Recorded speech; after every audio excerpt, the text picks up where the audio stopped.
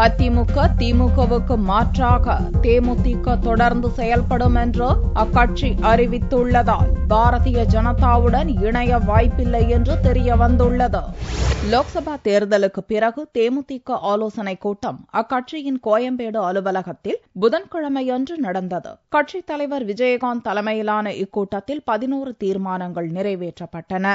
பாரதிய ஜனதா தலைமையிலான கூட்டணிக்கு ஓட்டளித்த வாக்காளர்களுக்கு நன்றியும் பிரதமராக பொறுப்பேற்ற நரேந்திர மோடிக்கு வாழ்த்தும் தெரிவித்த இக்கூட்டம் தமிழக மீனவர் மற்றும் இலங்கை தமிழர் பிரச்சினையில் தீர்வு காண வலியுறுத்தியுள்ளது. தேர்தல் சமயத்தில் 144 தடை உத்தரவு பிறப்பித்த தேர்தல் கமிஷனுக்கு கடும் கண்டனமும் இக்கூட்டத்தில் தெரிவிக்கப்பட்டது. தேமுதிக துவங்கி 10வது ஆண்டில் அடியெடுத்து வைக்கும் நிலையில் அதிமுக திமுகவுக்கு மாற்றாக தேமுதிக வைர விழா காணும் என்று கூறியுள்ள இக்கூட்டம் விஷமத்தனமான வதந்தியை அதிகார வர்க்கம் பரப்பி விடுவதாக கண்டனம் தெரிவித்துள்ளது. இதன் மூலம் பாரதிய ஜனதாவுடன் தேமுதிக இணையும் என்ற செய்திக்கு இக்கூட்டம் முற்றுப்புள்ளி வைத்துள்ளது.